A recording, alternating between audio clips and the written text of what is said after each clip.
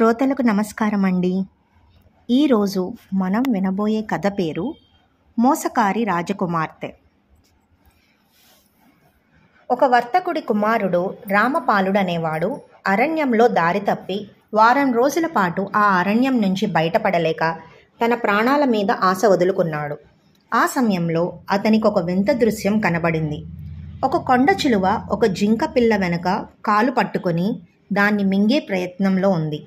ఆ బుల్లి జింక పిల్లను చూసి జాలిపడి రామపాలుడు ఒక ఉపాయం చేసి దాన్ని పాము బారి నుండి విడిపించాడు.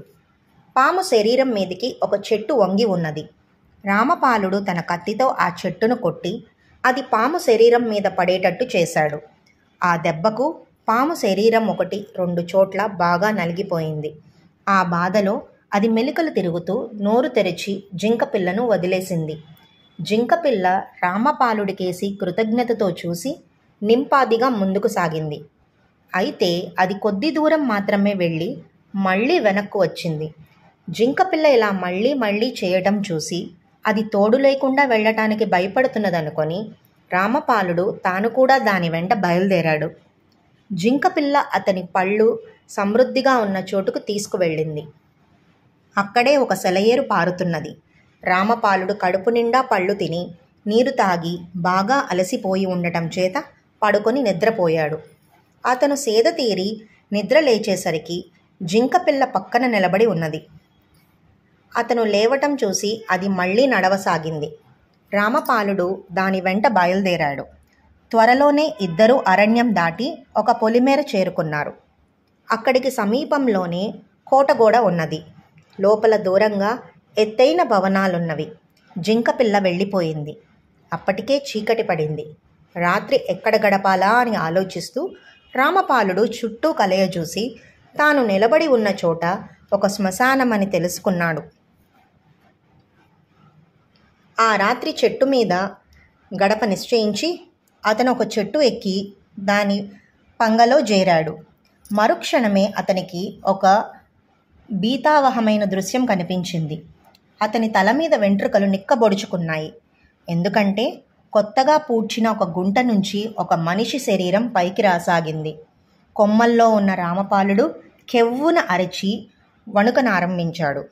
భయపడకు, నేను దయ్యాన్ని కాను, నీలాంటి రక్తమాంసాలు గల మనిషినే. నా దురదృష్టి కథ చెప్తాను అన్నాడు భూమి నుంచి పైకి వచ్చిన మనిషి.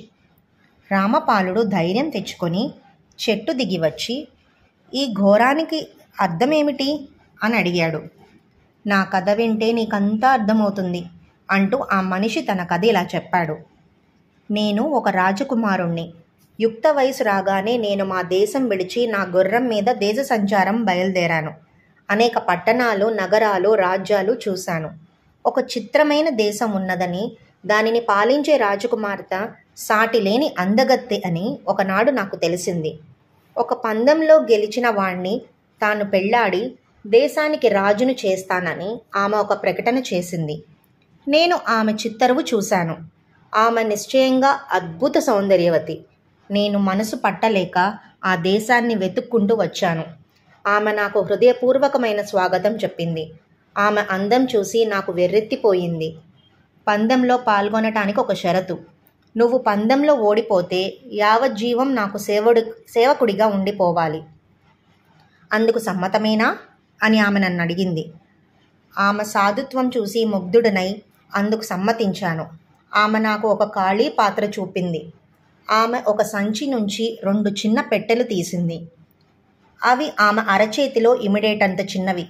ఆమె వాటిని ఖాళీ పాత్ర పక్క నుంచి కుడి చేతిలోకి ఒకటి తీసుకొని ఆడించింది. అలా ఆడించినప్పుడు ఆ పెట్టె ఏమి చప్పుడు చేయలేదు. దాన్ని బట్టి ఆ పెట్టెలో ఏమీ లేదని తెలిసింది. దాన్ని ఆమె పాత్రలో పెట్టి ఎడమ చేత్తో 2వ పెట్టె తీసుకుంది.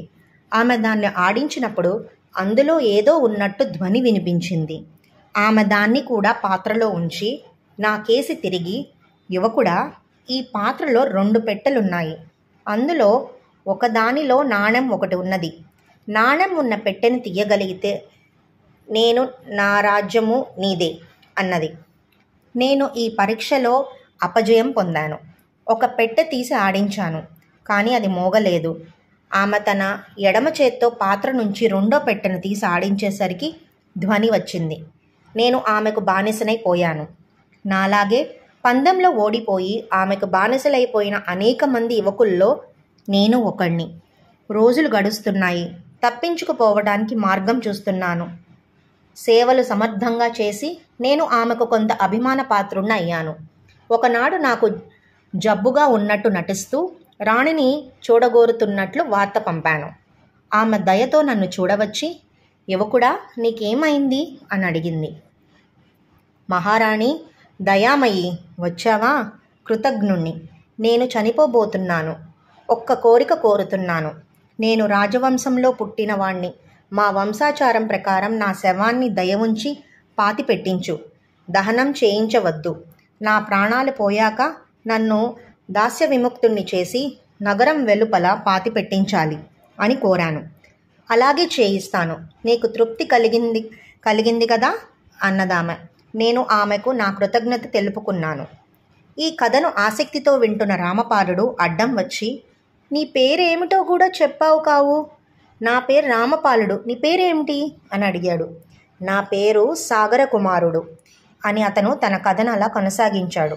మా ఆస్థానంలో ఒక విషశాస్త్ర నిపుణుడు ఉండేవాడు. మా దేశంలో పాముకాటు చావులు హెచ్చుగా ఉంటూ ఉండేవి. అందుచేత నా తండ్రి ఆయనను కొలువులో ఉంచాడు. ఆయన ఒకసారి నాకు ఒక మూలికను చూపి, దాని కాయలు అన్నంతో పాటు నమిలితే మనిషి 2 రోజుల పాటు శవంలాగా ఉండిపోతాడని చెప్పాడు. తలవని తలంపుగా రాణిగారి ఉద్యానంలో నాకు ఆ మొక్క కనిపించింది. దాని కాయ ఒకటి కోసి ఆదివారం ఉదయం అన్నంలో పెట్టుకు తిన్నాను. అన్నట్టు ఇవాళ ఏ వారం? ఇవాళ సోమవారం అనుకుంటాను అన్నాడు రామపాలుడు. ఇకనేం, నాకు తిరిగి ప్రాణం వచ్చేసింది. మరి నీకదేమిటి మిత్రమా అని సాగర కుమారుడు అడిగాడు. రామపాలుడు అతనికి తన వృత్తాంతం సంగ్రహంగా చెప్పాడు. సాగర కుమారుడు చెప్పిన దాన్ని బట్టి రాజకుమార్తె తనను పెళ్లాడ వచ్చిన వారిని ఇంద్రజాలం యుక్తితో వంచన చేసిందని రామపాలుడికి స్పష్టమైంది. రామపాలుడి ఆప్తమిత్రుడొకడు ఇంద్రజాలంలో ఆరితేరినవాడు. అతని నుంచి రామపాలుడు సులభమైన ఇంద్రజాల విద్యలు అనేకం నేర్చుకున్నాడు. అందుచేత రాజకుమార్తె ప్రయోగించిన యుక్తి ఏమిటో అతను తెలుసుకొని అదే ఇంద్రజాలంతో రాజకుమార్తెను ఓడించాలనుకున్నాడు. రామపాలుడు తాను చేయదలిచినదంతా చెబితే సాగర కుమారుడు, నువ్వు నీ యుక్తితో గెలిస్తే రాజకుమార్తె చిత్తశుద్ధితో తన ఓటమి ఒప్పుకుంటుందని ఏమిటి? ఓడిపోయి కూడా ఆమె నిన్ను చెరసాల్లో పెట్టిస్తే అన్నాడు. అప్పుడు నీవు నీ తండ్రి సేనలు తెచ్చి నన్ను చెర విడిపించు. ఆ పని చెయ్యవా మిత్రమా అని రామపాలుడు అడిగాడు. ప్రమాణపూర్తిగా చేస్తాను. నేను మారువేషంలో నగరంలో ఉండి కాగలదానికి వేచి ఉంటాను. నీవు చేయదలిచిన ఇంద్రజాలం చెయ్యి. మా తండ్రి రాజ్యం కూడా సమీపంలోనే ఉంది అన్నాడు సాగర కుమారుడు. మర్నాడు నగర ద్వారాలు తెరవగానే రామపాలుడు సాగర కుమారుడు నగరంలో ప్రవేశించారు. సాగర కుమారుడు జుట్టు గొరిగేసి రామపాలుడి వద్ద అదనంగా ఉండే బట్టలు ధరించి తన రూపం మార్చుకున్నాడు. ఒక ఆట బొమ్మల దుకాణంలో రామపాలుడు సాగర కుమారుడి సూచన పైన చిన్న పెట్టెను కొని అందులో ఒక నాణం వేసి దాన్ని తన ఎడమ చేతి మణికట్టుకు కొంచెం ఎగువన కట్టుకొని చొక్కా చేయి దాని మీదకు లాక్కున్నాడు. అతను ఇప్పుడు ఎడమ చేయి ఆడిస్తూ ధ్వని వినిపిస్తుంది. ఈ విధంగా తయారై రామపాలుడు రాజకుమార్తె వద్దకు వెళ్ళి ఆమెను పెళ్లాడగోరుతున్నట్టు తెలిపాడు. నన్ను గెలుచుకోవాలంటే నేను పెట్టే పరీక్షలో నెగ్గాలి అన్నది రాజకుమార్తె. తాను ఏ షరతుకైనా సిద్ధంగా ఉన్నట్టు రామపాలుడు చెప్పాడు. ఓడితే అతను తన బానిసగా ఉండిపోవాలని ఆమె అతన్ని హెచ్చరించింది. దయచేసి నన్ను మీ దేవాలయానికి తీసుకుపోతే నేను ఓడిపోతే నీకు దాసుడిగా ఉంటానని దేవుడి ఎదుట ప్రమాణం చేస్తాను. నేను గెలిస్తే నాకు భార్య అవుతానని, నియమభంగం చెయ్యనని నీవు ప్రమాణం చెయ్యి అన్నాడు రామపాలుడు. ఓడతానన్న సందేహం ఏకోసానా లేకపోవటం చేత రాజకుమార్తె అందుకు ఒప్పుకొని అతని దేవాలయానికి తీసుకుపోయింది. పూజారి సమక్షంలో ఇద్దరు ప్రమాణాలు చేశారు. పరీక్ష కూడా దేవాలయంలోనే జరిగింది. రామపాలుడు పాత్రలో ఎడమ చేయి పెట్టి ఒక పెట్టె తీసి ఆడించాడు. అది ధ్వని చేయటం చూసి రాజకుమార్తె నిర్ఘాతపోయింది. నేను గెలిచాను రాజకుమారి, నన్ను పెళ్లాడతావా ప్రమాణం చేశావు అన్నాడు రామపాలుడు. రాజకుమార్తె తల వంచి తన అంగీకారాన్ని తెలిపింది. రామపాలుడు తన కుడి చేత్తో పాత్రలోని 2 పెట్టెలను తీసి ఆడించాడు. ఏదీ మూత చేయలేదు.